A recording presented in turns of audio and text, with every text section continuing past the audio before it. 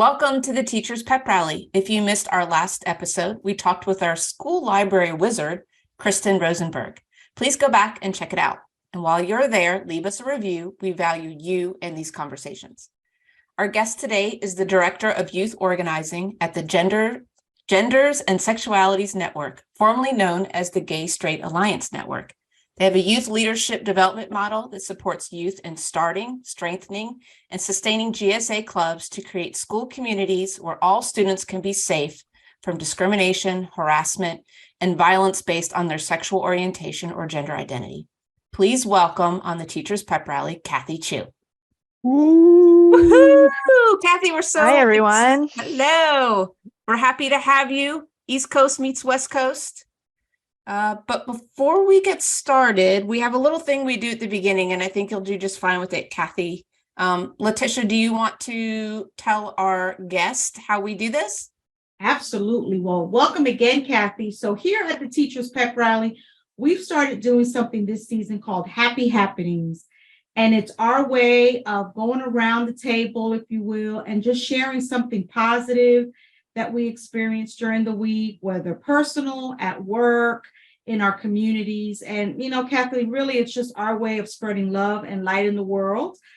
So hopefully you have a happy happening. We will save you for last to let you get those wheels a turning. And today, I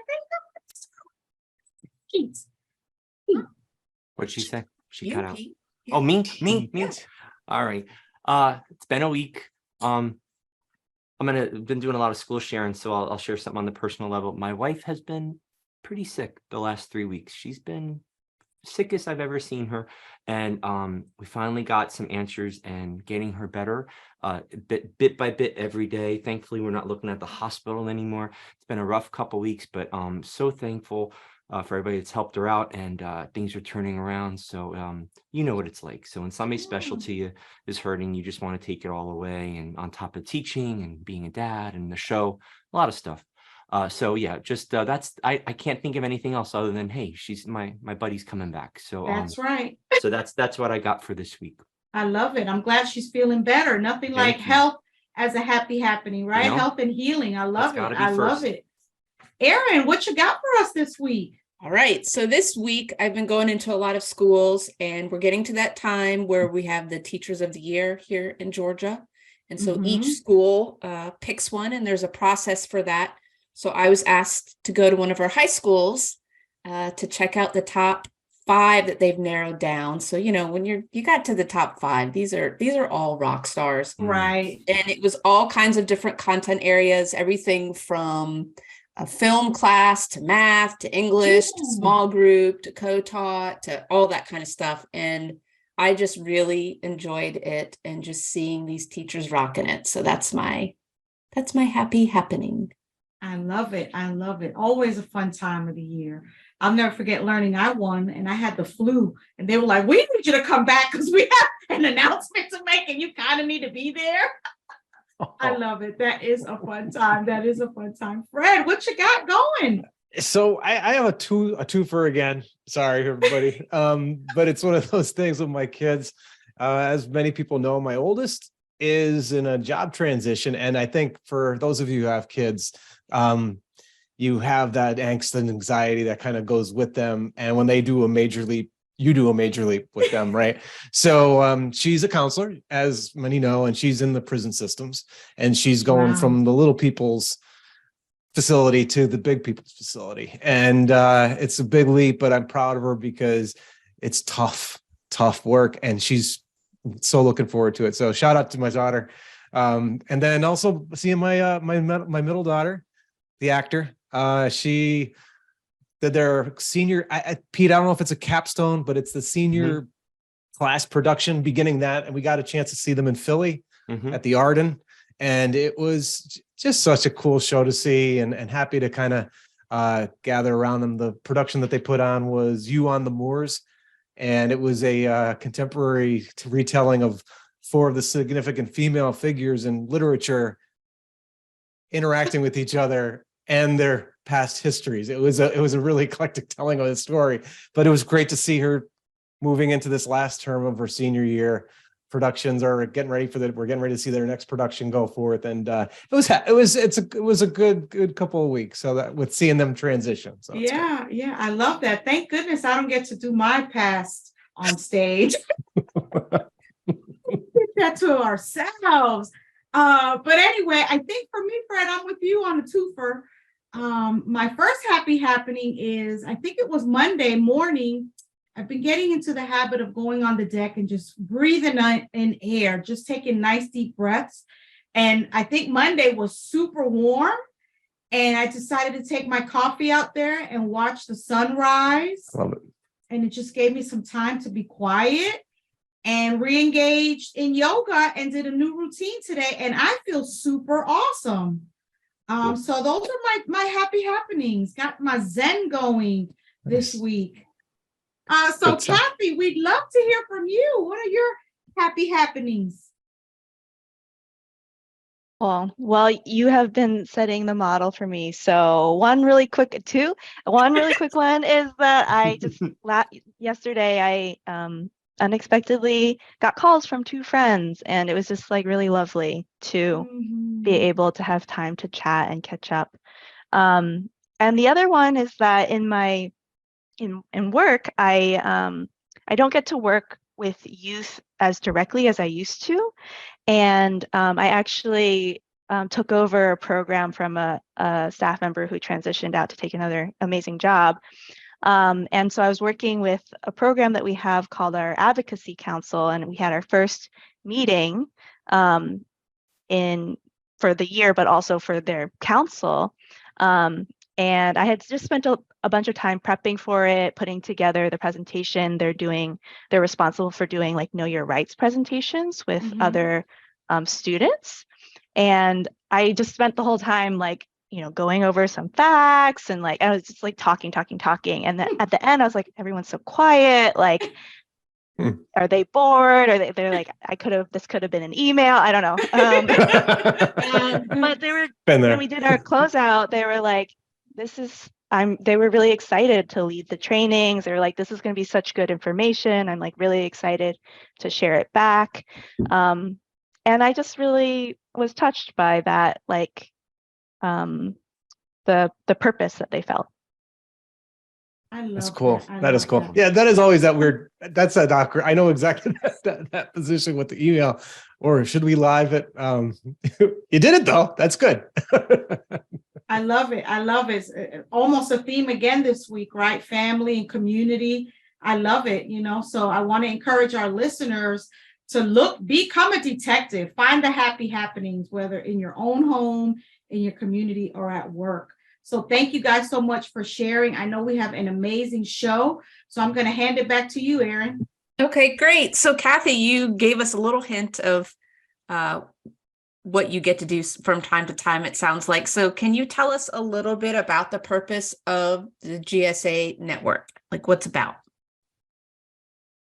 Okay, yeah. So the GSA Network stands for Genders and Sexualities Alliance Network. And so we unite trans and queer youth for racial and gender justice. We do leadership development, we do youth organizing, and we also support capacity building of other organizations to connect with GSAs. So let me just, back up a little bit and go into what is a GSA. So a GSA is a Genders and Sexuality, even for me, tongue twister, Genders and Sexualities Alliance Club.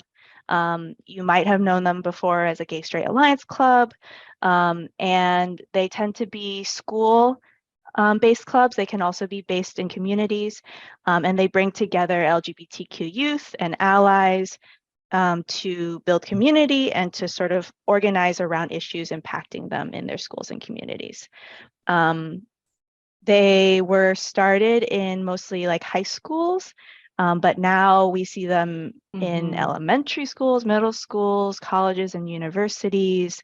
And there's usually a teacher advisor. So that might be how you all are familiar with them. And GSAs really were birthed as a response to students experiencing how unfriendly schools were for LGBTQ students. There was a lot of anti-trans, anti-queer sort of oppression just baked into how we navigate schools and communities. And that's part of how we as GSA Network really try to urge students to educate themselves and to educate their communities, be active on social justice issues, and make some change. That's great. And how I've been kind of looking at your website a lot, knowing that you are going to come on and talk, but I was impressed with the participation rate. Can you give us an idea of some of the stats for us in the United States? Yeah, so every school year, we actually ask GSA clubs to re-register with us. And so this school year alone, we're not done yet, but we've had over 1,700 GSAs register with the network. And then because we re-register GSAs every year, the actual number of active GSAs we know is much higher. So, over many, many years, we've had over 7,000 GSA clubs that have registered. Some of those are probably, lapsed right now, but, and like I said, there's a big range of where we see GSA clubs now. Still primarily high school, but that also does include the middle school, colleges, universities, and elementary schools. And not to sidestep, oh, sorry, Letitia, I was going to say just real quickly, Cathy, are there any at the universities or colleges, or does that tend to be a whole different type of club base? I think so. You don't have to be called a GSA club. We take pride clubs, diversity club, there's all sorts of different ways and creative ways that students have named their clubs and formed their clubs. And so we do get registrations from colleges and universities, and there are also other organizations that specifically support like LGBTQ student organizations at colleges and universities. So Campus Pride is one of them. Yeah, that's what we see at the university. I met with Penn State, and then interesting. We were talking before we came in live, right, about the rebranding with GSA. I think there was some confusion at our location because GSA is Graduate Student Alliance. So I think that was probably a wise move because I was just looking through the list of stuff that fits in a lot better. It stands more clearly now. So that's a good thing for it allowed to be open and available for folks. That's interesting. So Cathy, first off, I am just thrilled that you're here to really empower and educate our listeners. And I'll tell you, and Erin probably remembers this, but I called her some months back, almost in tears, because, well, maybe last school year, because I was functioning as a school counselor and a therapist. And so I get to work with LGBTQ plus folks behind the scenes. And I mean, I was in tears with Erin just saying, please, can we use our platform to educate. And so I'm happy that you're here and thrilled to hear that hopefully the numbers and the participation is growing, right? But I can't forget a conversation I had with a teacher who happens to be a lesbian woman, and it was like stressed out because all the pressure she felt was on her to lead the group, right, at her school. And then all of the pressure. And then, so it gets a little sticky. I guess my question is, I know this is student driven, but is there support? Like when a teacher, for example, decides to lead the group, how do you, if at all, support the person leading? Yeah, that's a really great question. And I do hear that from a lot of teachers, like seeking support because, they want to support other LGBTQ students. And it can be a tricky place to be depending on the school climate. But what I would say is that we do have some resources, some just baseline resources for GSA advisors. And then I think with a little bit of research, there's other resources out there also for just like being an LGBTQ educator, right? You all also have rights in those situations and might be facing different climates as like a workplace too, right? Absolutely. and we're in a place where at the time where there's a lot of scrutiny about what our teachers teaching, Mhm. and that's something that we've been really attuned to. So okay, so what can I say about that? I mean, we do like calls with advisors, for example. Okay. And I would say it really depends on what the sort of like state and local support is Mhm. in each region. But we have a lot of partners who do support with both GSAs and might also talk with advisors who are like, who have taken on themselves to really help start the club again or to support their students. We do really encourage advisors to support as much student leadership as possible, Mhm. if it's there or if there's interest, and we support advisors to like, how can you support your students to take that on when maybe they Mhm. haven't done it before, you know, or Right. they're not sure how to lead a meeting. Yes. And those are all great learning experiences for students. Mhm. And then, you know, I also we have a sort of like a California sort of on the ground side for GSA Network. And we have been hearing from a lot of teachers who want to sort of connect with us around like, what are our rights as LGBTQ educators, and what can we do when there's a hostile school climate or there's a hostile community climate. And so we do think that there's things that advisors can do to really be educated on their rights, to fight for like having those protections at schools for LGBTQ students. And we do still think it's really important that the GSA exists, because the GSAs have been proven to really increase the sense of school safety for all students, even students that aren't in GSA clubs. If there's a GSA on campus, it increases the sense of safety, that there is a space for me if I was LGBTQ, or if I am LGBTQ, even if I'm not going to it. So we do think that those protections and supports for LGBTQ students are really important, and we know that educators need support to be in those roles as well. Thank you so much. It sounds super comprehensive. I kind of feel so much better now, because to be honest, Cathy, that was kind of my the tension for me, because we are in the South, right? And so the urgency in this teacher's voice and concern is still with me, right? And so, I mean, I just think personally, and this might be my own soapbox, Cathy, I think this idea of being an ally is really very important, right? Like, I mean, heck, this is Black History Month, right? We just started. So as a woman of color, right, it helps when I have allies that don't look like me, right? Like all of us coming together.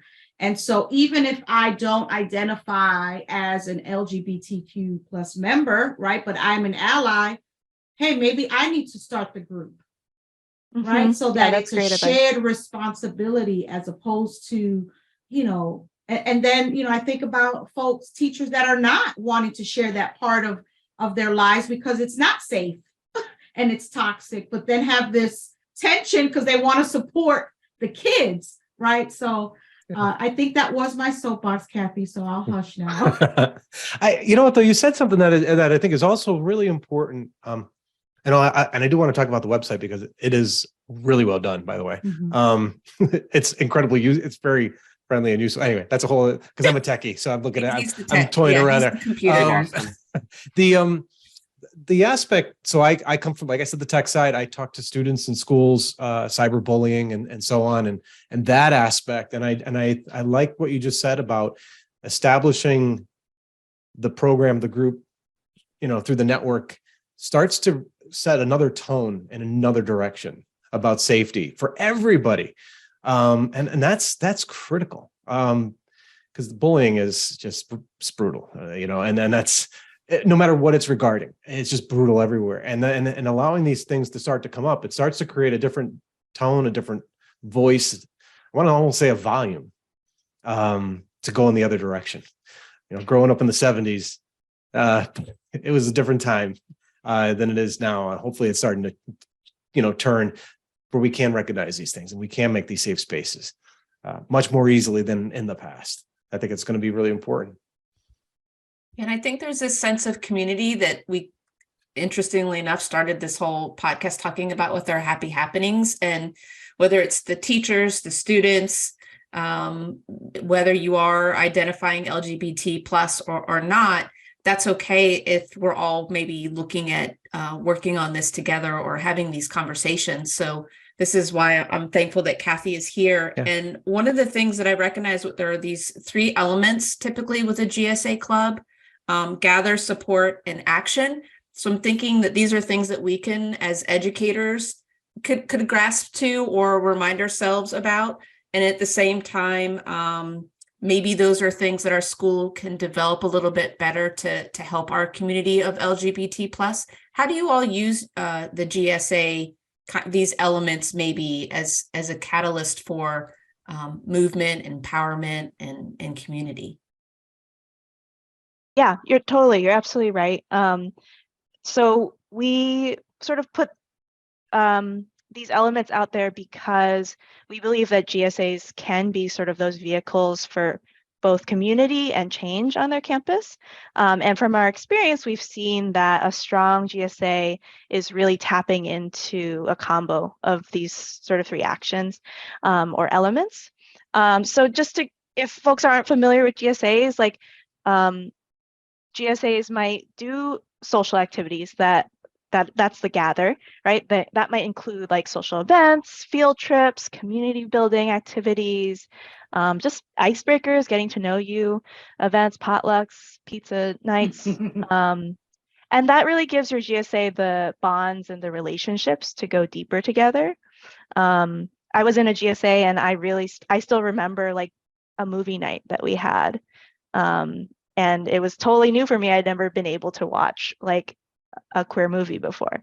The support piece is, I think, what it sounds like: support and wellness for youth who just need the space to be more authentic with themselves and to just experience acceptance of that. And that could look like educating each other on different identities. It could look like guest speakers or wellness activities together, and then just like building trust through discussion or sharing what you're going through, personal challenges.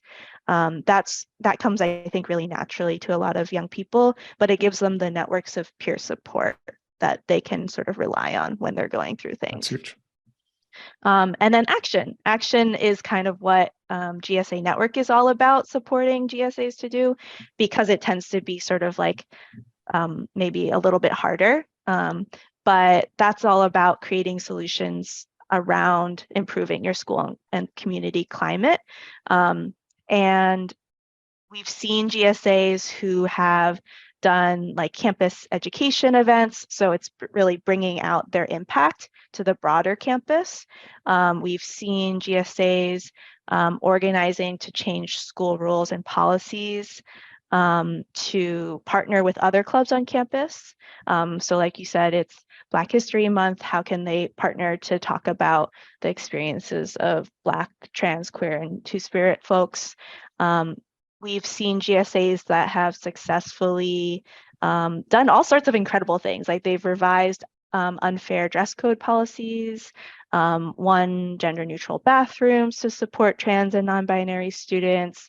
GSAs have worked with educators to expand the curriculum to be more LGBTQ inclusive. We've seen GSAs that have like actually trained staff or been a part of training staff and their peers on how to intervene in harassment and sharing, here's what I'm experiencing as a trans and queer student on campus. So there's a lot of incredible things that can fall under taking action. So I do have a question coming back to that with the action side. Then, you're saying everything that's really great from supporting inside the community.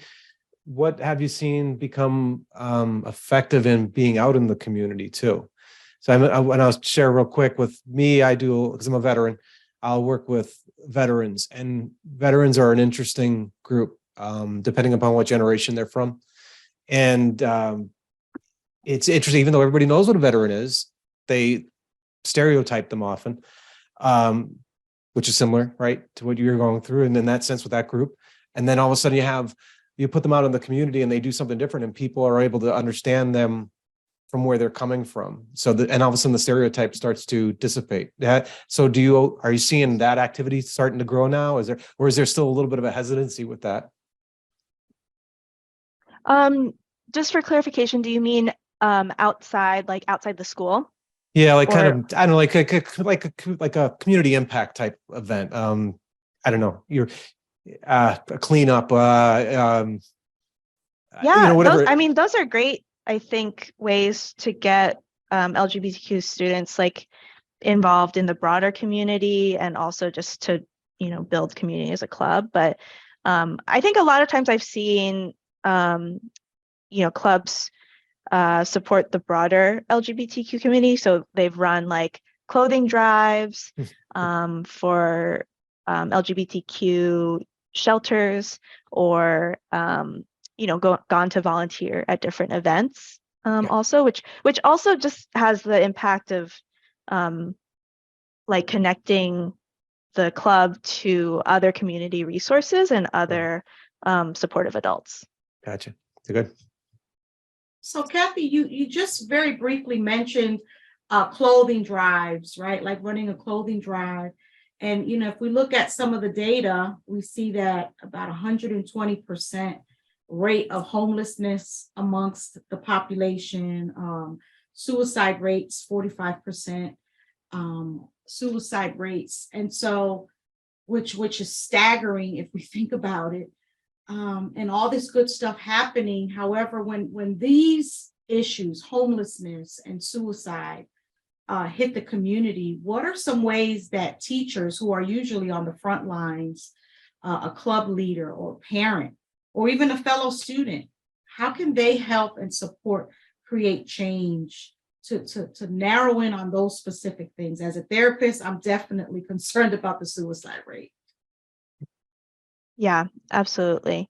And I think that's in terms of young people considering suicide, right?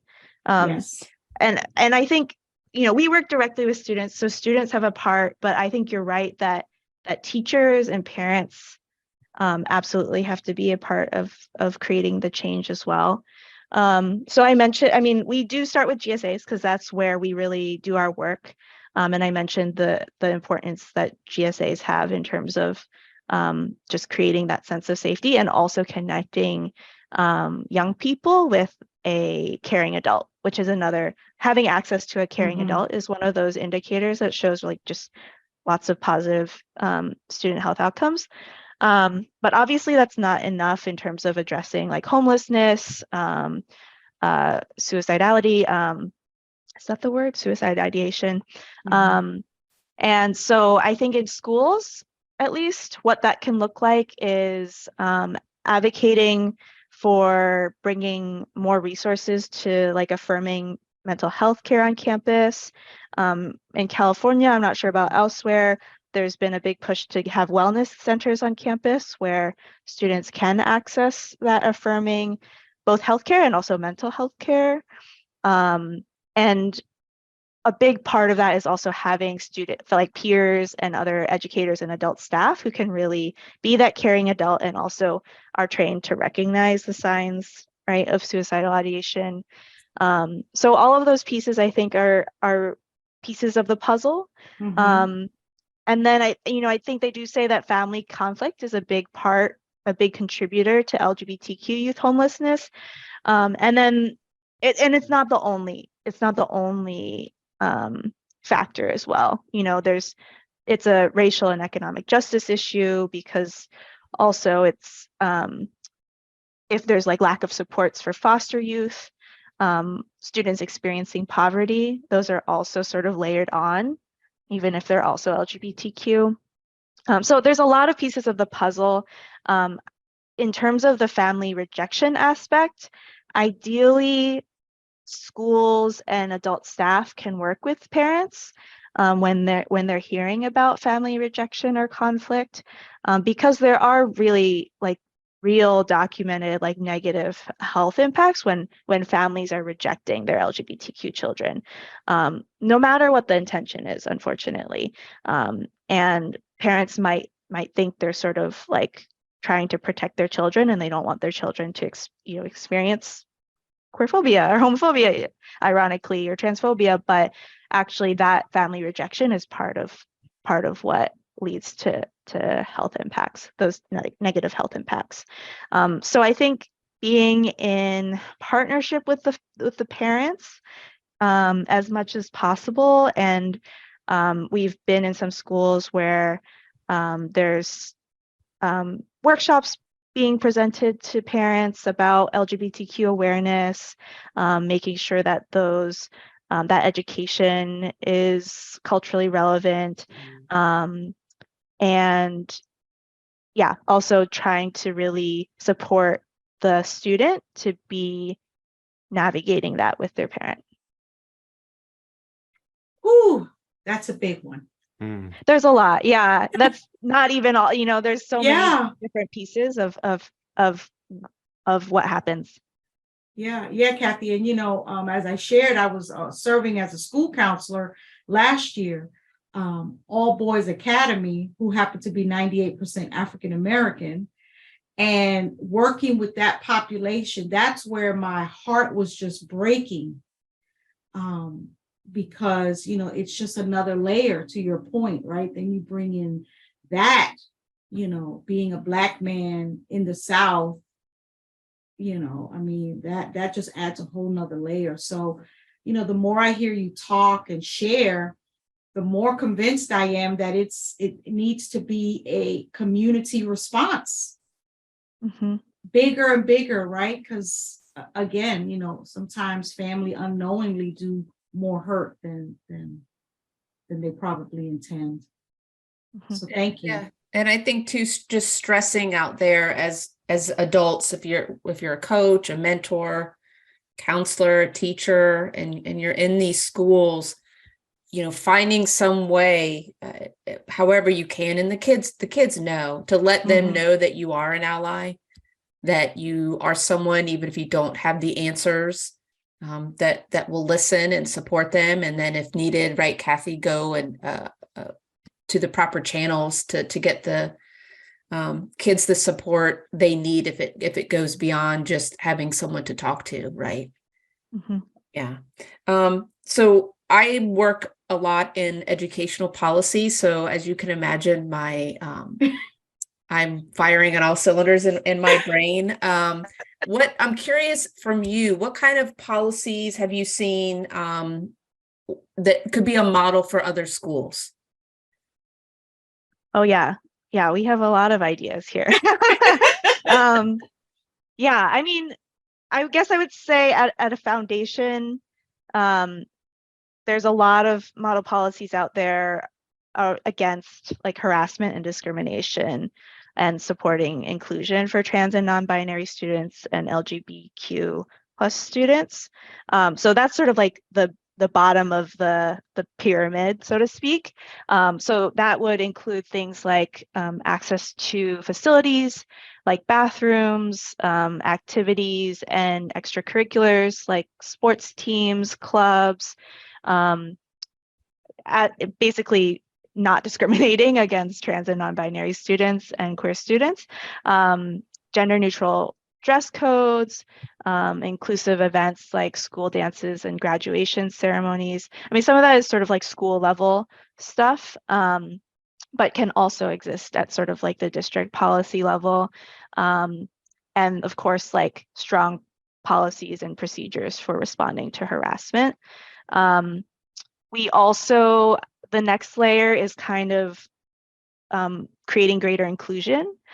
So we've seen school districts that have, and states that have updated and mandated inclusive LGBTQ affirming curriculum in health and sex education, as well as history and social sciences. And then there's also things that, your other departments can cover in terms of like English literature, right? Having LGBTQ relevant stories, statistics and math, how we talk about gender, and in those kind of spaces. There's all different ways that you can weave in LGBTQ affirming content. And then also at the district level, we've seen some cool new ideas out there that are initiatives that ensure support for GSA clubs and teacher advisors. We have seen districts host GSA days to bring together GSA clubs to provide teachers with that stipend. So it's, something that a teacher can step up to do, and also have the training to support GSA clubs. We've worked with, we have a cool pilot project with Long Beach Unified School District that is a school climate committee that brings together student representatives and adult staff to identify how their campus can be more inclusive for LGBTQ plus youth.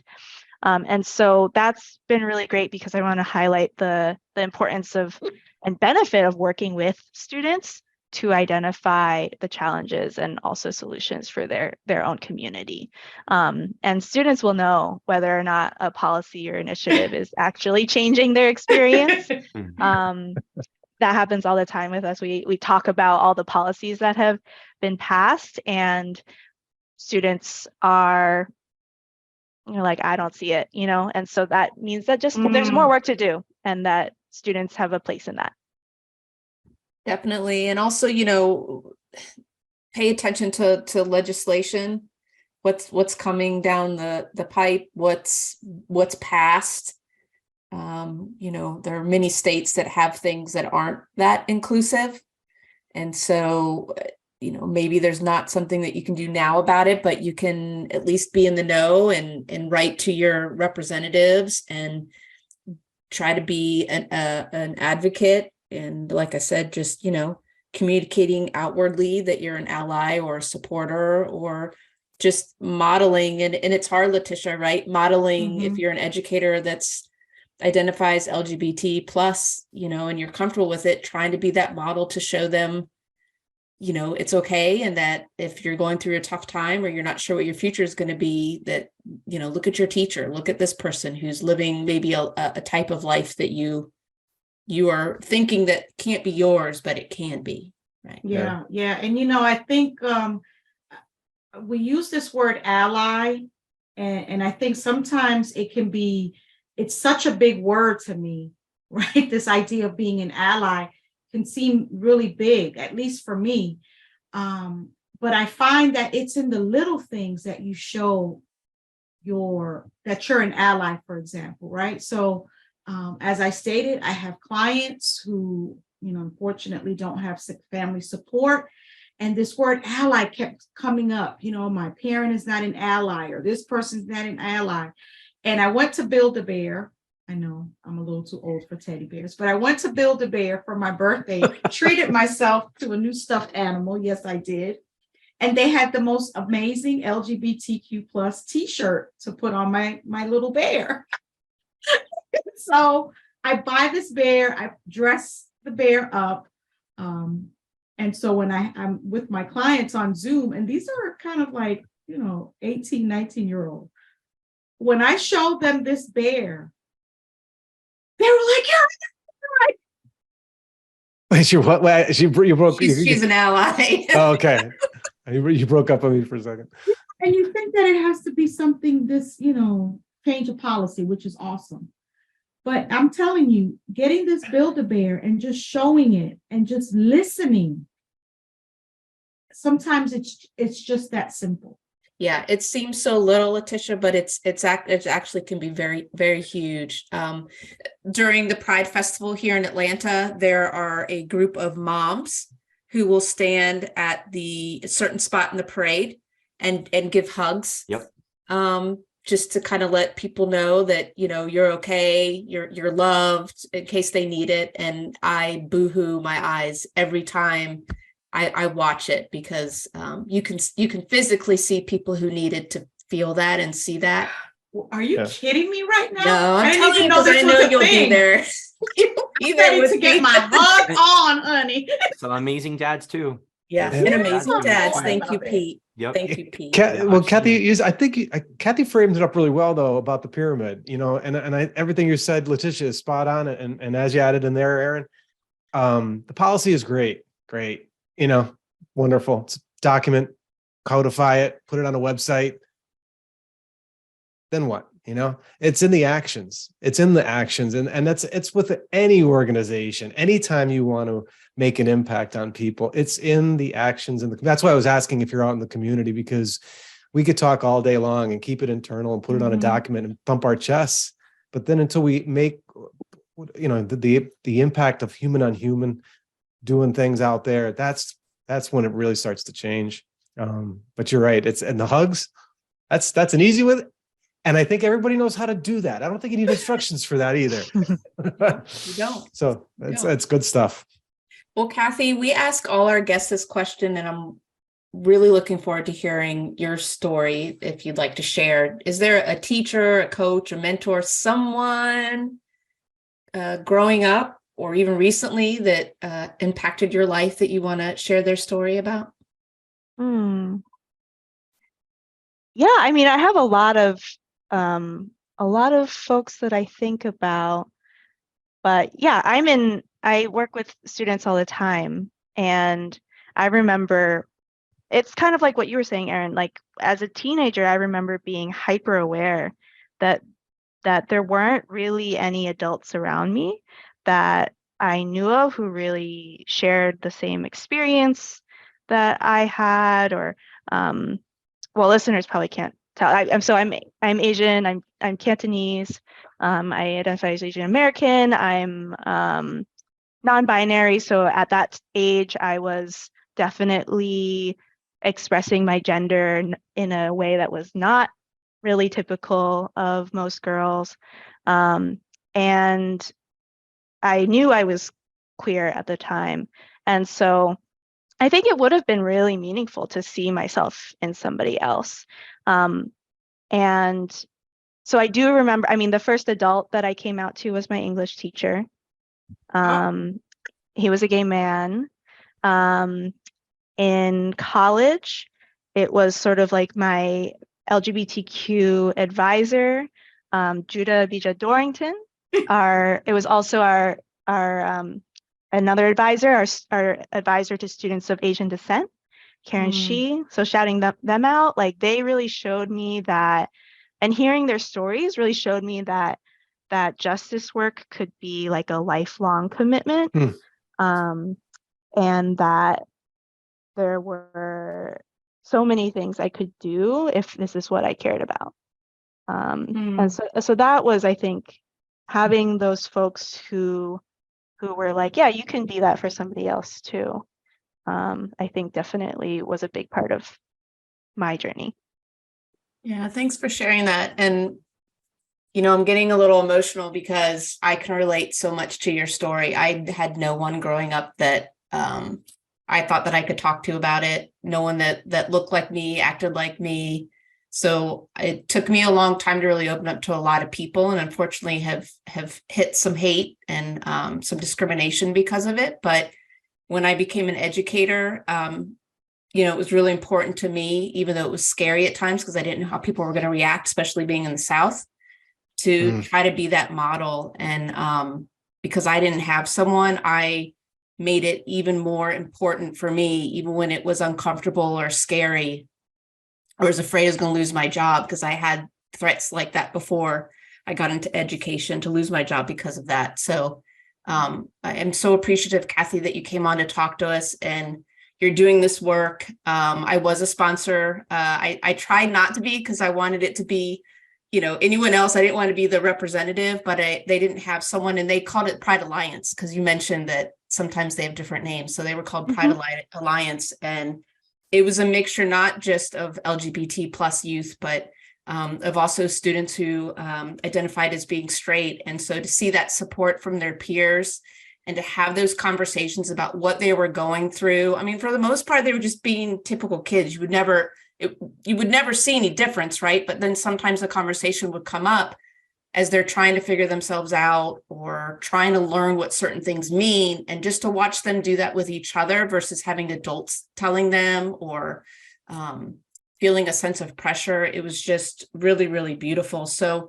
if anyone wants to reach out, Cathy, and if they don't have a GSA, club right now, or they do have one, but they're looking for more support, or they're looking to kind of reinvigorate it, what should they do? Where should they go?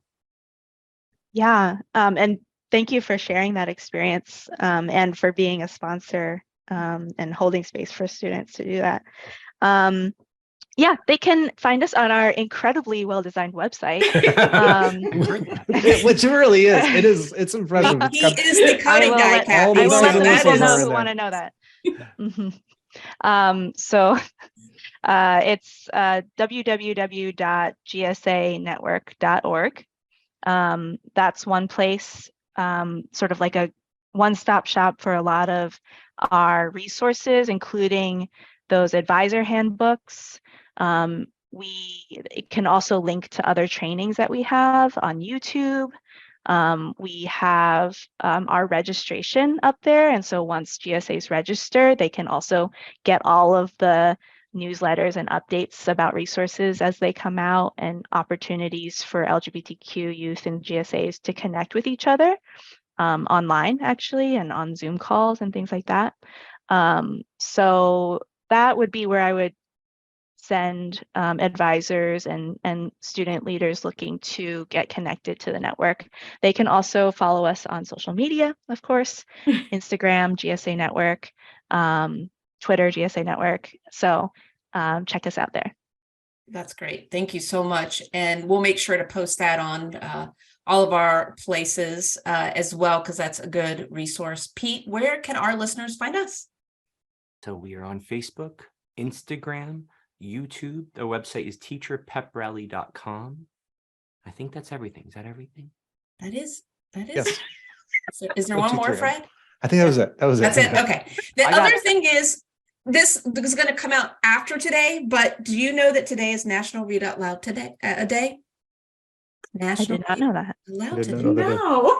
And I'm mentioning this because we still have our giveaway going on with Novel Effect, which is this Yes. amazing app that will give Pete like all kinds of sounds and effects, right, as you're reading out loud to kids or adults.